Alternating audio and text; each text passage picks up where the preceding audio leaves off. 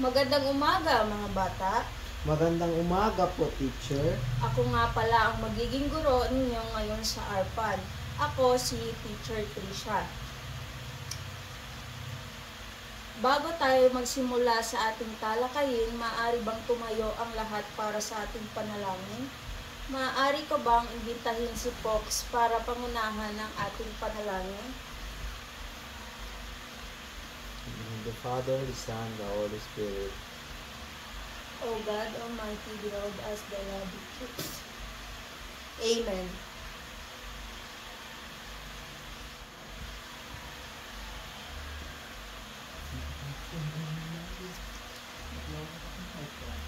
Bago tayo magsimula ay magtatala muna ako ng ribbon sa araw na ito.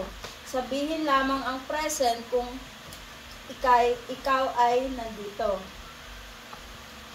Fox Magadya. Present. Mahusay, konti lamang ang lumiban sa ating klase.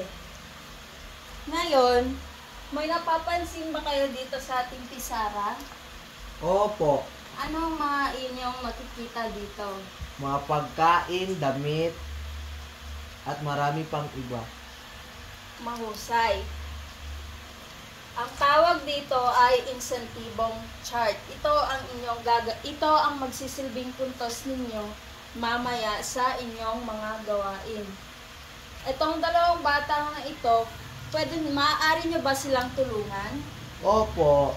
Silang dalawa ay nangangailangan ng pagkain at mga damit na kailangan nila sa pang-araw-araw.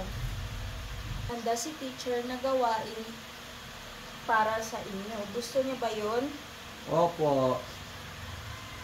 Bawat grupo ay bibigyan ni teacher ng mga placards na may masayang mukha at malungkot na mukha.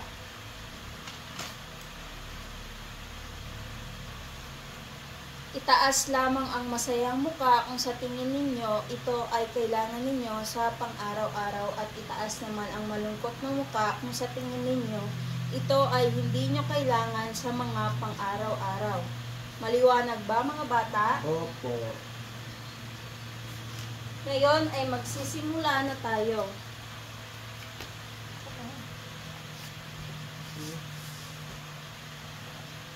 Unang larawan.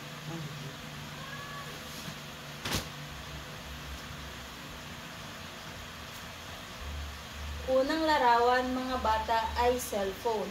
Ito ba ay magagamit ninyo sa pang-araw-araw na inyong pamumuhay?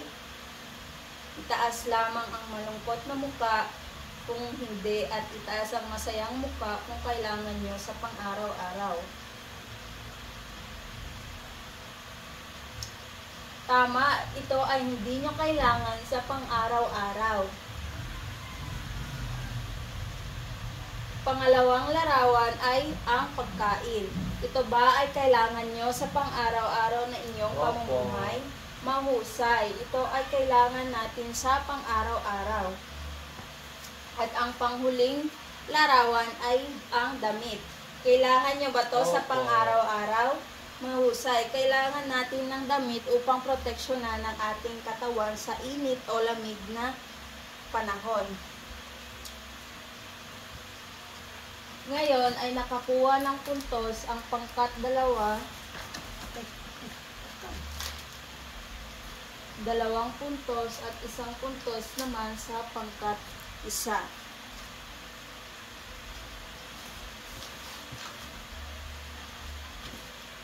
Bago tayo dumako sa ating talakayin, ay may gagawin muna ulit tayong gawain. Handa na ba kayo mga bata? Opo. May ibibigay si teacher na envelope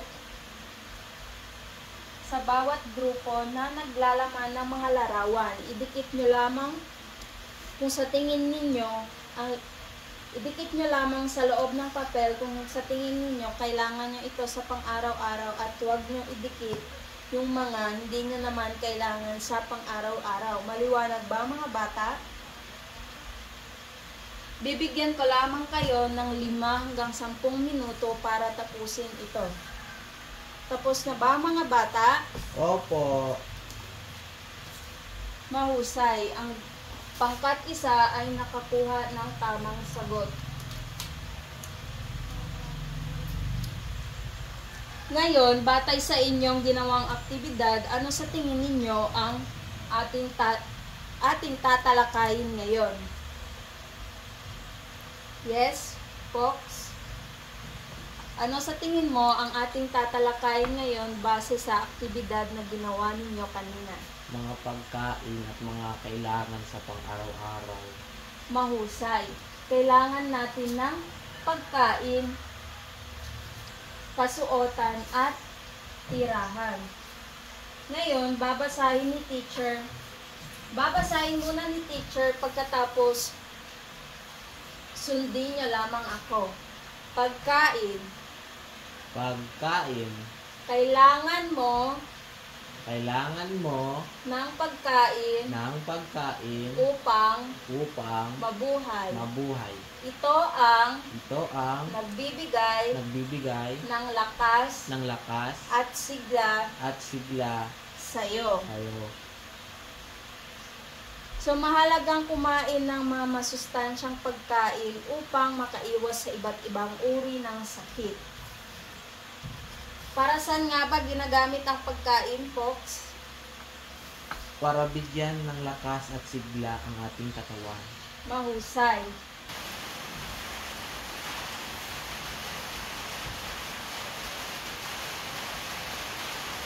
Ngayon naman ay dumako tayo sa kasuotan. Babasahin muna ni teacher pagkatapos kayo.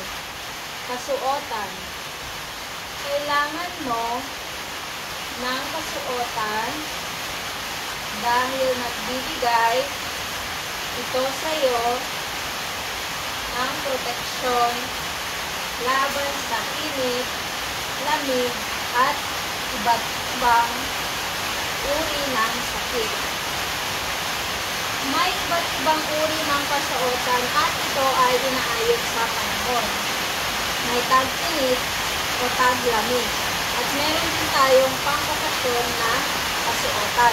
Ngayon naman ay dumako tayo sa pangatlong alakanin.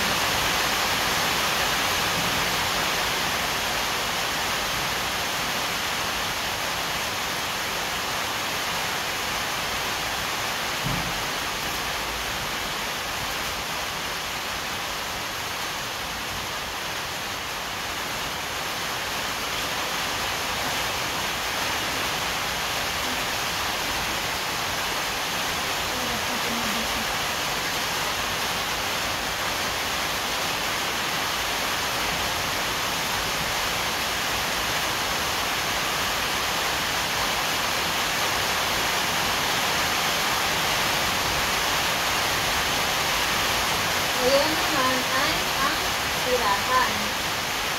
Ang tirahan ay pangunahin mong pangangailangan. Ito ay nagbibigay proteksyon sa'yo mula sa matinding init mula sa araw.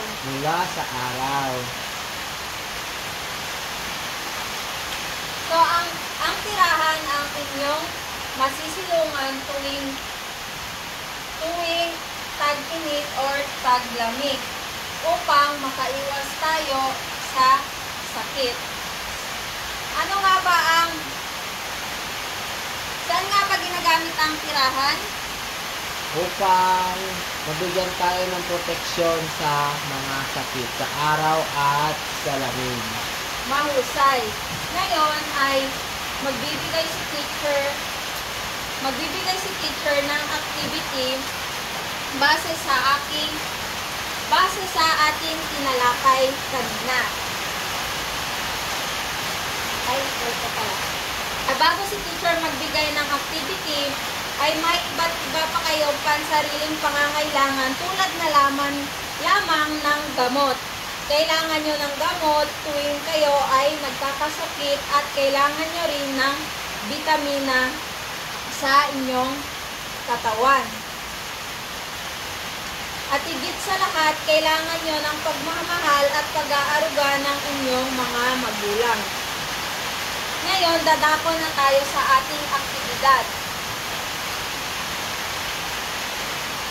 Nais kong bumuhit kayo para sa same group o same na grupo, kailangan bumuhit kayo na inyong mga pansariling pangangailangan tulad ng damit, pagkain at bahay. Bibigyan ko lamang kayo ng 5 hanggang 10 minuto para gawin ito. Tapos na ba mga bata? Opo. Mahusay. Ngayon nais kong kumuha kayo ng malinis na kwaderno at isulat at sagutin ito.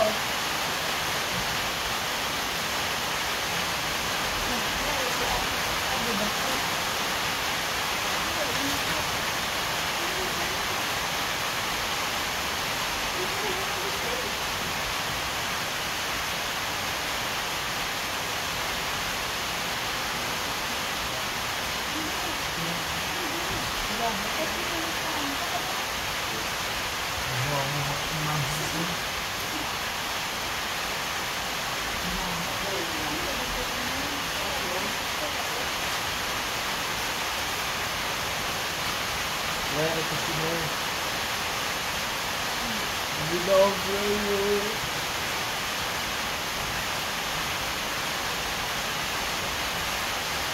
Lahat na ba ay nakuha ang inyong mga kwaderno? Opo. Babasahin ni teacher ang panito. Isulat ang mga bagay na inilalarawan sa bawat bilang. Piliin sa loob ng kahon ang angkop na salita. Dito nyo makikita ang inyong mga sagot at ilalagay nyo lamang dito sa loob ng kahon. Maliwanag ba mga bata? Opo. So number 1, dito nakatira ang buong pamilya. Ano ito? Tirahan. Bahay. Ano ang tawag? Bahay. Or Tirahan. Mahusay.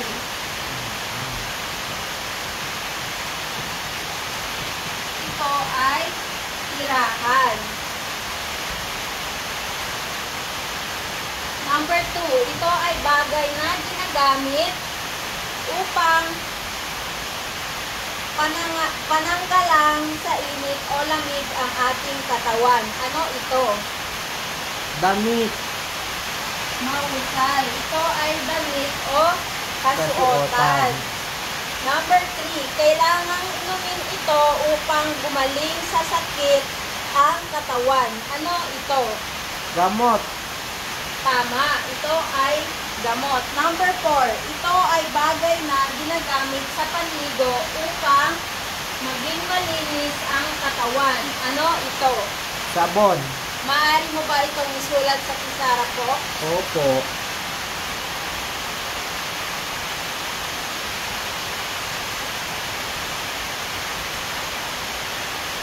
Mahusay. At ang panghuli naman ay kailangan natin ito upang lumakas ang katawan. Ano ang tawag dito? Pagkain. Tama, ito ay pagkain. Ngayon, para sa inyong takdang aralin,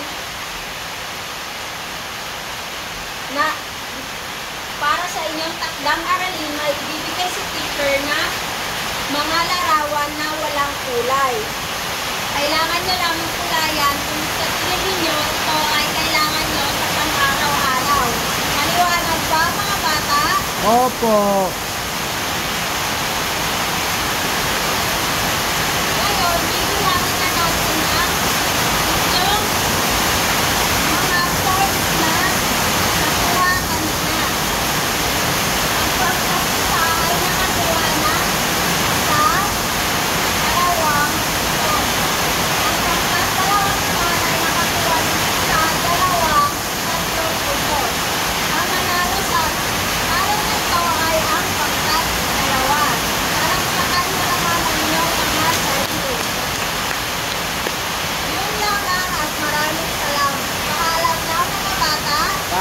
alam, Teacher Trisha?